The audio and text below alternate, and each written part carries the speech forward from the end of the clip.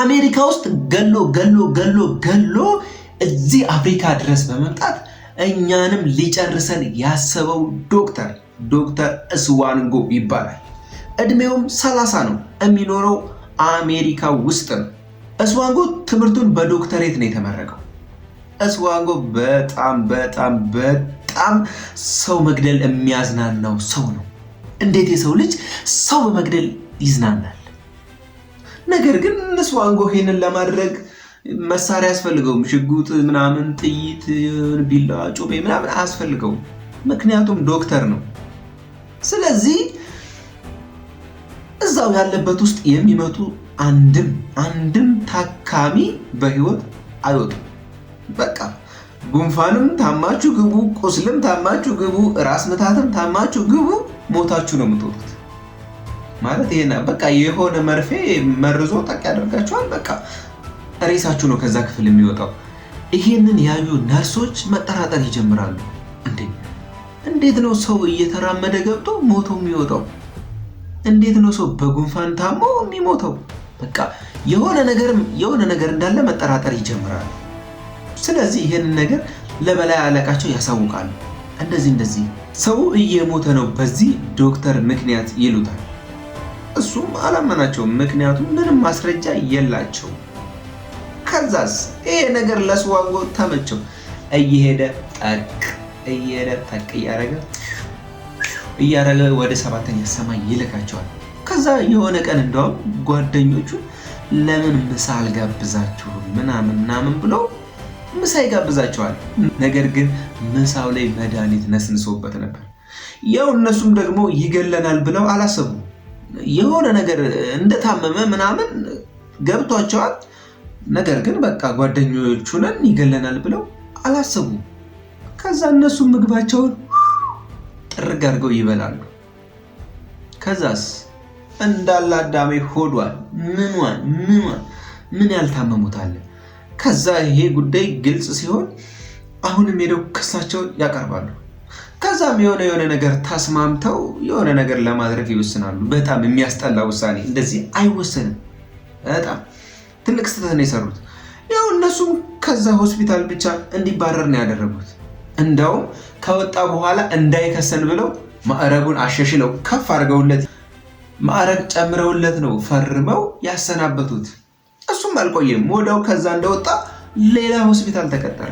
እዛ ደግሞ ሲቀጠር የደረሰው ስራ ድንገተኛ አደጋዎች ሲከሰቱ በአምቡላንስ እየሄደ እዛ አምቡላንስ ውስጥ ሆኖ ነው የሚያክመው። ከዛም የሆነ ቀን እዛው ሆስፒታል ውስጥ የተዋወቃቸውን ጓደኞቹን ምናምን በቃ እንደተዋወቅ ምናምን አድርጎ ለምን ምግብ ቁርስ ምሳ አልጋብዛችሁም ይልና የሆነ ቀን ቁርስ ላይ በካርቶን የታሸገ ምግብ ሽታ የሌለው ምንድነው የበረሮ መድኃኒት ነፍቶበት ይሰጣቸዋል። ከዛ አዳሜ እሱን ስትበላ እንዳለ ሆዴድ በቃ ምን ልበላችሁ እንዳለ ራስ ምታት በቃ ያልታመሙት የለም። ከዛ ቤትም እየደውለው እንደዚህ ምናምን በቃ እያቃሰቱ ምናምን ሲነግሩት እሱ እንጆይ ያደርጋል፣ ይዝናናል ምናምን በነሱ ሲቃ በነሱ በምሱ ይዝናናል። ከዛ ይሄንን ነገር መጠራጠር ይጀምራሉ። ምንድነው ይሄ ነገር? እኛን ሊገለን አስቦ ነው ምናምን የሚል ጥርጣሬ ውስጥ ይገባሉ። ከዛም ለምን አንፈትነውም ብለው የሆነ ጌም ያዘጋጃሉ። የሆነ ቀን ጁስ የሚጠጡትን ጁስ እሱ ወዳለበት ቀረብ አድርገው በማስቀመጥ በኋላ እንጠጣለን ምናምን ብለው ትተውት ይሄዳሉ። እሱም ልክ እነሱ መውጣታቸውን ጠብቆ አለመኖራቸው ምናምን ሲል እዛ ጁስ ውስጥ ያንን መርዛውንም ይነፋዋል መልሶ። ከዛ አሁንም በቃ ወጥመዳቸው ውስጥ ገባላቸው። ልክ እሱ ምናምን ሲሄድ በቃ እንደሚጠጣ ምናምን አድርገው ጁሱን ይወስዱና ይመረምሩታል። ሲመረመር ውስጡ መርዝ መድኃኒት አለ። ከዛም በቃ የሱን እንትኖች ስቶሮች ምናምን የሱን ቴብል ምናምን መበርበር ይጀምራሉ። ሲበረብሩ ያን መድኃኒት ያገኙታል። ከዛ ወዲያው ነበር ፖሊስ ጋር የደወሉት እንደዚህ። ከዛ ፖሊስም ወዲያው ደረሰ። የሱ ቢሮዎች ምናምን በቃ የሱ ስቶሮች ሲመረመሩ እንዳለ መድኃኒት ብቻ ሆስፒታል ውስጥ መገኘት የሌለበት ማአት መድኃኒት ነው የተገኘው። ከዛም ፖሊሶች ምንም ጊዜ አላጠፉም። እስዋንጎን ቀጨም አድርገው ወደ እስር ቤት ይወስዱታል። ነገር ግን ያው ለፍርድ ከመቆሙ በፊት ይሄ ክርክር ምናምን ከመቅጠማቸው በፊት ፕሊድል የሚባል ነገር አለ፣ ስምምነት። ፕሊድል ማለት አይከራከርም ምናምን፣ ይሄን አድርገሃል እንደዚህ አድርገሃል እየተባለ ክሱ ምናምን አይንዛዛም። ግን በቃ የሆነ አመት ተፈረደበት 5 አመት ትታሰራለህ ብለው በግምት ይነግሩታል። ከዛ እሱም በቃ ይስማማል፣ እስር ቤቱ ይገባል። ከዛ አሁን በቃ መፈመስ ይጀምራል፣ ወሬው ምናምን ይናፈሳል ምናምን። ከዛ በቃ ሚዲያዎችም ይሰማሉ ይሄንን ነገር፣ እየመጡ መዘገብ ይጀምራሉ። እዛው እስር ቤት ሕክምና ዶክመንቱን ይሰርዝበታል። ግን የሚያስጠላው ነገር አሜሪካ ውስጥ የሆነ 2 ሀገር ብቻ ነው የተሰረዘበት። ከዛ መስዋንጎ 5 አመቱን ጠጥቶ ይወጣል። ነገር ግን እንደወጣ አድጎ አልተቀመጠም። አሁንም ሌላ ሀገር ለመቀጠር ነው ያሰበው። ይሄ ሰው በመመረዝ ምናምን የተባለውን ዶክመንት ፌክ በማሰራት ጭፈራ ቤት ውስጥ ጨፍር ከሰው ጋር ተጋጭቼ ነው በሚል ምናምን አስቀየረውና ይሄንን ዶክመንት አስገባ ሌላ ሆስፒታል ማለት ነው። ያው እነሱም አዩትና ምናምን በቃ እዚህም እንዳትጣላ ምናምን ብለው አስገቡት። እሱ ግን ልክ እንደገባ አሁንም ስራውን ነው ያጠጣው። በቃ እሱ የሚያስደስተው መግደል ብቻ ነው። በቃ ልክ እንደገባ በቃ ከዛ አሁንም እዛ ሆስፒታል ያሉ ሰዎች በቃ መጠራጠር ይጀምራሉ። እንዴ ሰው እንዴት በደህናው እየገባ እየሞተ ይወጣል?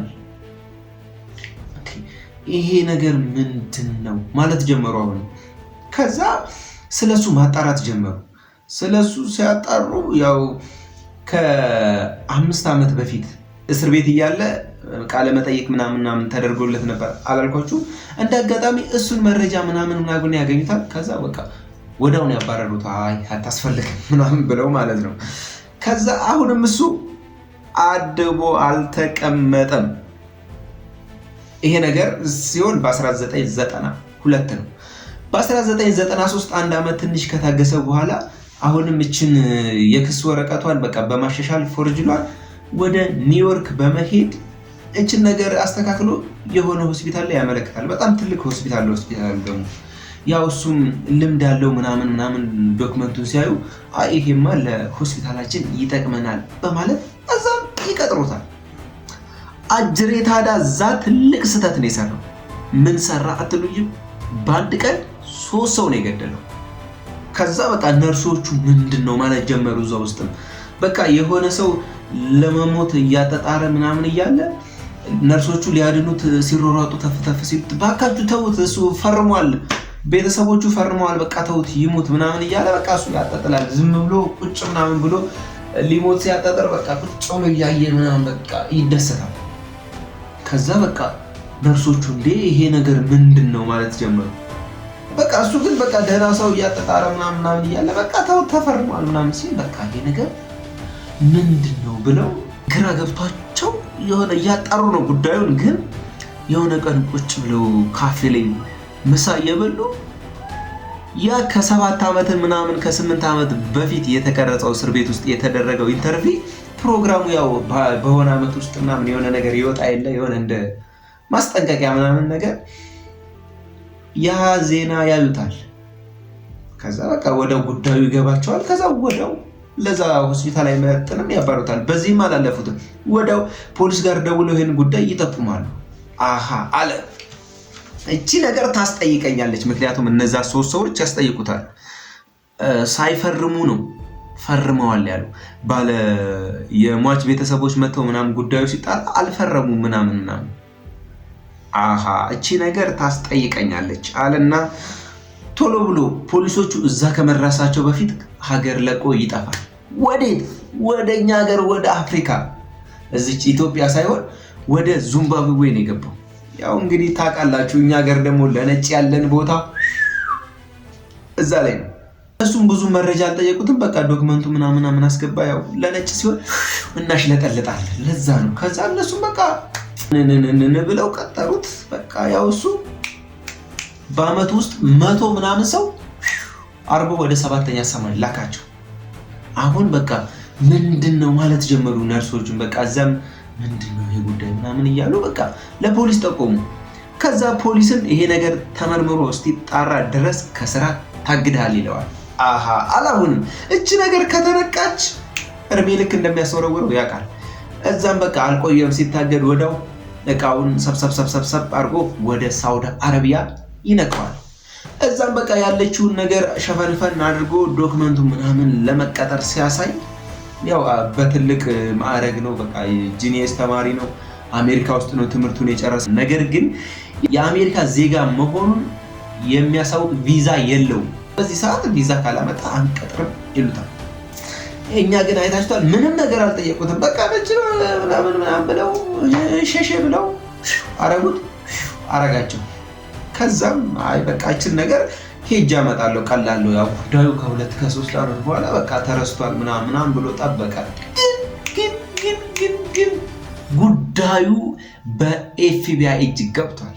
የሆነ ነገር ደግሞ ኤፍቢአይ እጅ ላይ ገባ ማለት አሜሪካ ውስጥ የትም ቦታ ቢሆን ትፈለጋላችሁ፣ ወዲያው ነው የምትያዙት ማለት ነው። እናም እሱ ሄዶ ኤርፖርት ዱብ ከማለቱ አድርገው ማንጅራቱን ወደ እስር ቤት ወዲያው ነው የተያዘው ማለት ነው። ከዛም እድሜ ልክ ነው የተፈረደበት። የስዋንጎ ትክክለኛ ፎቶ ይሄንን ይመስላል። ላይክ ማድረግ እንዳይረሳ፣ ኮመንት ማድረግ እንዳይረሳ።